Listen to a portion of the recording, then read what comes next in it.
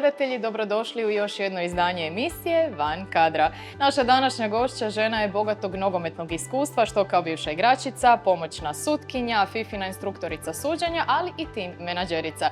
Današnja gošća je Lada Rojc. Lada, dobrodošli u našu emisiju. Dobar dan, hvala na pozivu. Inače su na meniju onako teške teme, koliko je VAR sustav koristan, koliko nije, koliko je recimo neka situacija sporna, je li bila ruka ili nije, ali ja predlažem da mi danas idemo sa puno slađim temama, pa smo za vas pripremili jedan onako zanimljiv receptić. U pitanju je mermelada koju ćemo raditi zajedno s vama. Ako se slažete, ja ću vama glavninu prepustiti. Mogu biti tu ovako opcija za dodatno dati ruke, ali mislim da ćete vi to odraditi sjajno i bez mene. Da, hvala. Možete mi slobodno pomoći, ja sam uvijek za asistenciju, ali evo, idemo probati. Dobro. Evo ništa, idemo raditi. Stavit ćemo ovu našu lijepu hrvatsku staru ranglicu. Prvo ćemo staviti šumsko... hvala lijepo. Evo ga, da ima neke koristi ovdje. Naravno. Stavit ćemo prvo odokativno šumsko voće. Malo je stisnuto, ali dobro. Nećemo sve. Ništa bez šećera. I s ovom, isto odokativno. Vjeruju svi vašoj procjeni, tako da i mi. Da, idemo odokativno. Evo ga. I naravno ne možemo mi to do kraja, to ćemo sad staviti na štenjak.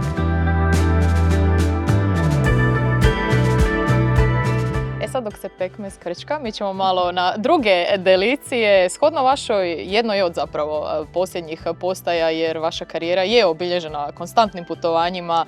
Takav je posao, ali vjerujem da vam je itekako drago kad vas odvede u Španjolsku. To je, koliko sam čula, jedna od dražih vaših destinacija. Pa je, meni je Španjolska nekako, ja sam prvi put bila u Španjolskoj prije nekih 25 godina.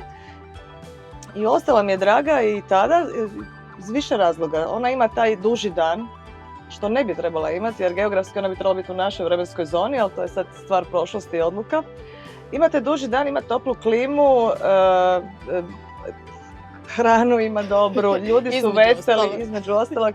Jedna sportska država, sportska nacija, tako da mi je uvijek drago otići u Španjolsku. Koliko čujem, i vi ste u jednom periodu svog života živjeli tamo, na jugu. Nisam, ja sam išla, to je bilo nekih 30 godina, ja sam uplatila sebi mjesec dana učenje, to je bio prvi dodir moj sa španjolskim jezikom. I ja sam si uplatila u Malagi jedan intenzivni kurs gdje smo mi ujutro bili na nastavi i popodne smo imali slobodno. Znači to je zapravo slučaj. Kad pričamo o hrani, vjerujem da ćemo se tu zajedno također složiti oko hamona. Ne znam ko je bolje, Serrano i Iberico, može sve, samo nek je španjolski vama. Da, slažem se. Evo, sad sam bila nedavno u Španjolskoj, 3 tjedna sam provela i moram reći da mi je najbolji. Ako ćemo u pršutima, onda mi taj hamon njihov definitivno broj 1. Broj 1. Pa predlažem da degustiramo ovaj i da vas pitam malo o toj posljednjoj, recimo, postaji, odnosno jednoj od posljednjih, jer za nas će vjerojatno biti novitet, to što ste testirali već i prošle godine, apropo tih mlađih kategorija, ali o čemu se radi, jer neka inačica VAR-a bi bio neki najbazičniji opis, ali nešto što bi također se moglo uvesti. Pa taj Football Video Support, to je jedna light verzija VAR-a, iako je prilično različit od VAR-a. Ono što ga čini sličnim VAR-om je taj protokol. Znači, isto što se u VAR-u pregledava se i u tom Football Video Supportu. Ono što je veliki plus kod njega da je puno jeftiniji i da je on predviđen za natjecanja mladeži, odnosno da je predviđen za neku drugu, treću ligu.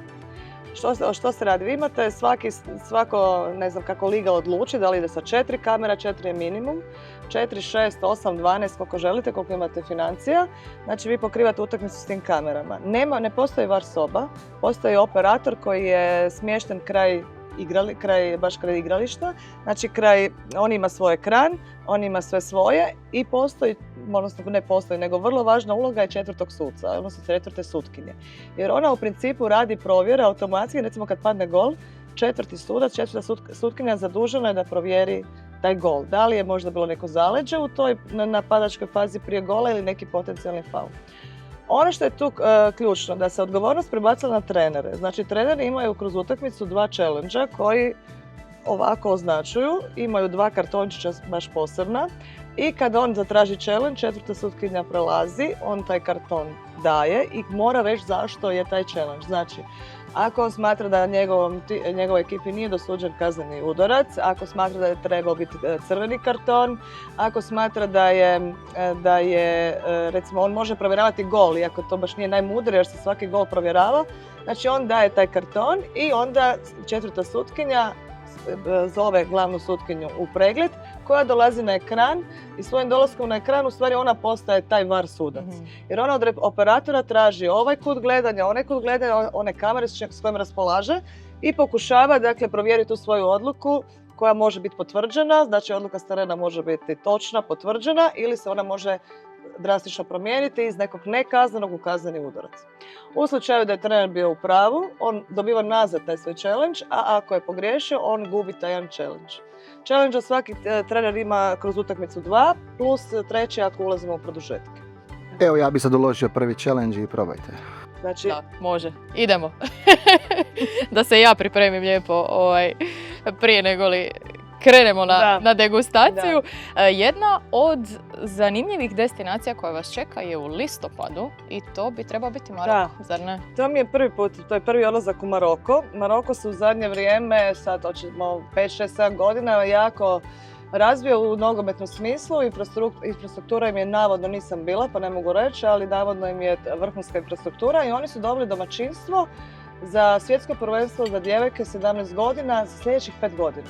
Znači, to je dobila Doha u muškoj kategoriji, a Maroko u ženskoj.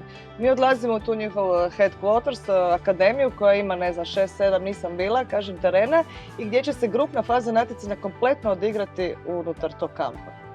Ajmo onda presjeći sa... Time break. Da, može, da vidimo kakav je pršut, što kažete. To je turopoljski. Ocjena je? Možda ja nisam kompetentna jer meni je svaki pršut vrlo drag. Ja sam veliki ljubitelj pršuta pa su meni finije jako. Ne zaostaje za španjolskim, drugačije. Španjolski je malo više masniji, on je skroz masan, a ovi naši su malo suhi, ali su okusom vrlo, vrlo fini. Ja se moram složiti s vama i tu jer isto tako veliki ljubitelj sam pršuta, tako da meni je sve dobro. Neki je pršut. Htjela bi se vratiti malo unatrag jer pročitala sam u jednom vašem intervjuu da ne znate koliko ste egzaktno utakmicu odsudili kao pomoćna sutkinja. Nažalost, arhiva se negdje putem izgubila, odnosno nije se u potpunosti vodila, ali bez obzira na to ima tu puno lijepih natjecanja na kojima ste bili, ali sad da se vratim još na taj intervju, 2011. kaže ovako otprilike, neću vas točno citirati, voljela bih mahati zastavicom na Wembleyu ili na Old Traffordu i onda se ovaj potonji ostvario na olimpijskim igrama. To je bila, 2011. je bila godina svjetskog prvenstva za seniorke, za žene u Njemačkoj, a 2012. je bila olimpijske igre u Londonu i tu sam bila pozvana i na kraju sam stvarno zasanjala i to se ostvarilo, polufinalna utakmica USA i Kanada na Old Traffordu sa 25-30 tisuća ljudi. Da, to je bio stvarno doživljaj jer to je kazalište snova, to je legendarni stadion. A na Wembleyu sam tada gledala finale i muškog i ženskog turnira na novom Wembleyu na tim olimpijskim igrama. Ima li neki turnir koji je recimo iz ove perspektive bio baš vaša prekretnica karijere? Pa nekako se moja priča počela graditi na turniru u Čileu 2008. na svjetskom prvenstvu do 20 godina.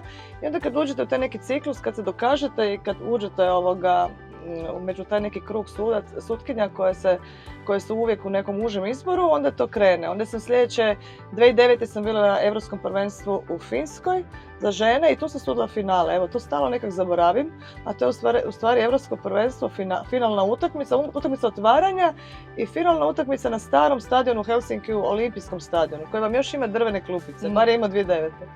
I nekako tu utakmicu uvijek zanemarujem. To je bilo 2009. 2010. je bila Njemačka u 20, 2011. svjetsko Njemačka i 2012. olimpijske igre i tu sam nekako zaokružila priču.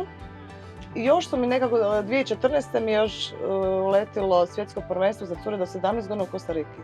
I tu sam ja već počela onako, mislim da mi je vrhunac karijere bilo nakon finala u Finskoj 2009. Da sam tu bila u svom najboljem izdanju.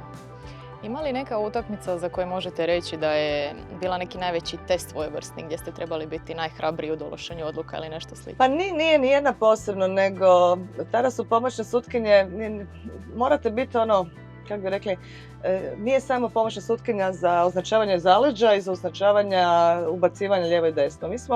Ja sam onda bila u timu sa jednom mladom djevojkom iz Norveške koja je bila potencijalna velika sutkinja, međutim nije imala iskustva. I ja i svoja kolegica s druge strane, koja je bila starija od mene i ja, smo nju dosta usmjeravale i dosta smo mi tu, kako smo već imali onda komunikaciju, dosta smo mi njoj tu sugerirale, tako da smo bile što se kaže, one pomoćne sutkinje koje ne mašu samo zastavicom za lijevo desno ili zaleđe, nego baš smo sudjelovali u nekim odlukama u terenu. Što je njoj kao tako s manjkom iskustva puno značilo. Sad kao Fifina instruktorica 2017. ja ću vas još usmjeriti da slobodno nastavite dalje, da jedete.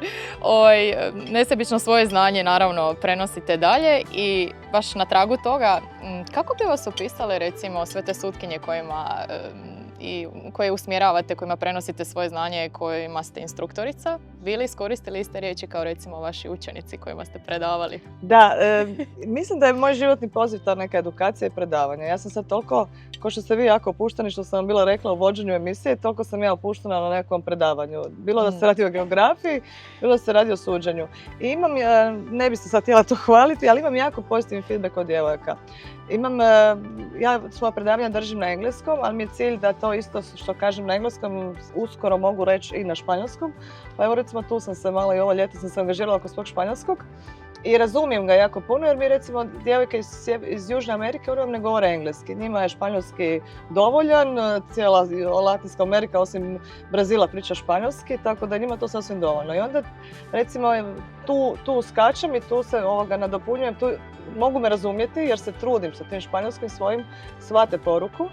Tako da kažu mi da i tako sam bila u školi, kažu mi da ne pričam puno, ne idem u širinu, nego onako i kod tih objašnjenja tih nekih situacija kažem najuže, najnužnije i najjasnije i da sam vrlo koncizna, sažeta, ali vrlo, vrlo razumljiva i da mi je poruka vrlo, vrlo jasna, što je jako važno. Ja se sjećam iz svojih studenčkih dana kad bi instruktor i instruktorica bila nesigurni.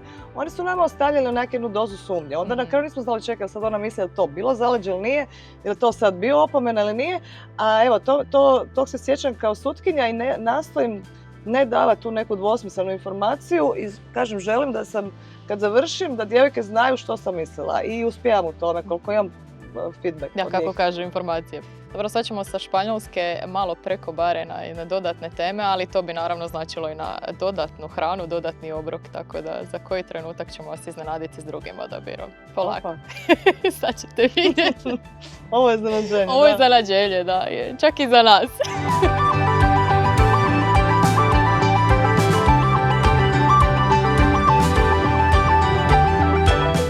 I sad kao posljednji dio ovog našeg druženja, bogat opus destinacija koju ste posjetili uključivao je i SAD, pa eto, jedna naša verzija burgera će biti u pitanju.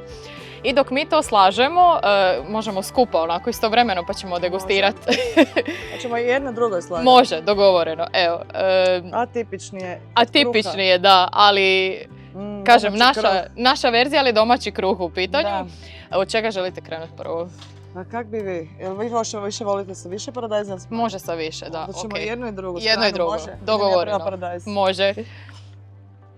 Htjela sam vas pitati vezano za SAD, MLS je također jedna od liga koju imate onako u arsenalu onoga što radite i to žensku i mušku, ako ne griješim, između ostalog. Hvala. Da, ja sam online kontrolor na MLS-u i na drugoj i trećoj muškoj ligi i također na njihovoj prvoj profesionalnoj ženskoj ligi i drugoj i trećoj isto. Jel?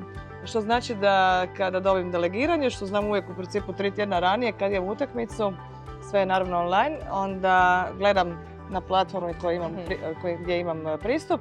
Dan kasnije gledam utakmicu, radim klipove, jedan izvještaj malo bogatiji, obavezan sastanak sa sucima u nekakvih pola sata sa tim klipovima i predajem izvještaj u srijedu do 12 sati New York Times. Dobro, kad ne znamo koliko utakmica ste sudili, znamo li koliko država ste posjetili? Otprilike barem. Imam aplikaciju koju sam si nedavno instalirala i sad sam sa ovom Andorom od prošlog vikenda na 49 država. A 50 će biti Maroko. 50 će biti Maroko, točno. Nice. Da. Hrana u Americi? Pa ja recimo ne bi živjela, jedan od razloga što ne bi išla na duži period u Ameriku je hrana. Hrana, da, pretpostavljala sam. Često to ljudi. Što se tiče Sjedinjenih Američkih Država i Kanada, jel? A ovo iz Latinska Amerika, to je druga priča, puno prirodnija priča, ali što se tiče SAD i Kanada, tu bi mi bio veliki problem. Onda se bacamo na meso. Sočno. Sočno, da. Joj, bit će veselo ovo jest, a? I ručak i večera. I ručak i večera sve bome.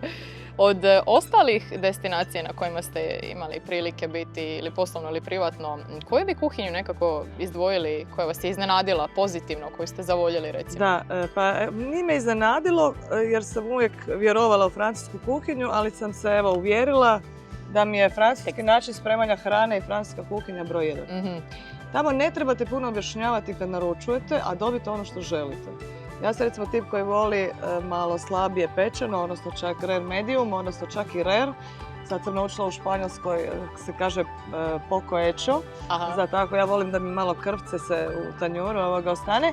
A to u Francuskoj nikad ne trebamo reći. Tamo je po normalu, znači standard je da dobite takvo meso koje je mekano, koje se topi u ustima. Bilo da se radi o mesu ili da se radi o ribi, ista priča. Tako da je meni Francuska sa svojim sirovima, sa svojim pecivama, croissant, kruh, plus vino, meni je Francuska broj 1 u svijetu. Ne nadmaša, da, apsolutno. Bilo je tu i Kolumbije, Kostarike, svega, nema čega nema.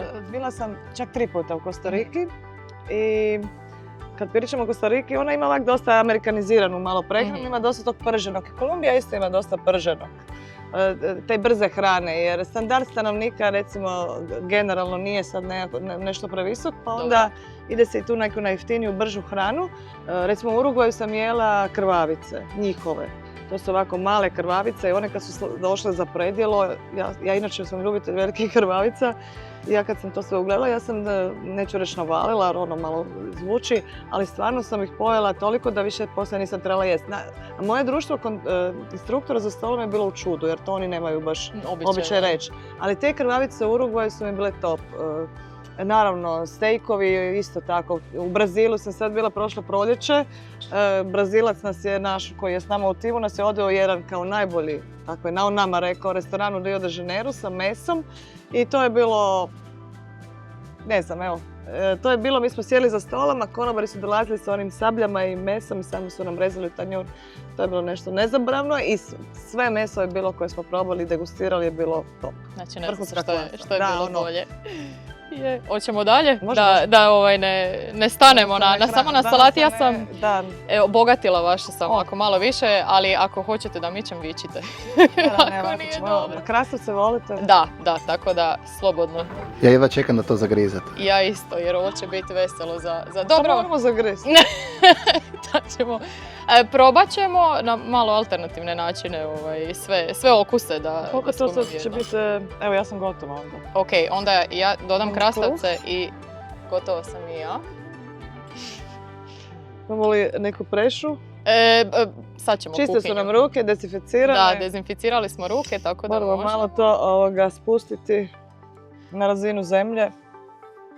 Dati sve od sebe. Ali baš i ne ide, jer taj kruh je prva klasa. Domaći kruh, turopoljski hamburger, atipičan. Da, ali evo, šta je tu je, probat ćemo. Sad mijenjamo ili? Sad switch, evo. Da mi vidimo što smo. Iako, hvala, slijedili smo korake identične. Ali vaš je viši. Moje, da, zato što ima malo više salate, čini mi se, da, pa ćemo ga probati još malo spustiti. Stvarno moramo probati ovako, jel? Mislim, hamburgeri se tako jedu, jel? Dobar tek.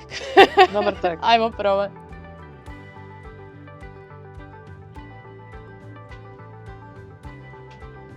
Fino? Fino. Domaće? Domaće, da, samo smo mi to toliko obogatile i malo nam je teško jest, ali dobro. Mek turopoljski. Mek turopoljski, da baš.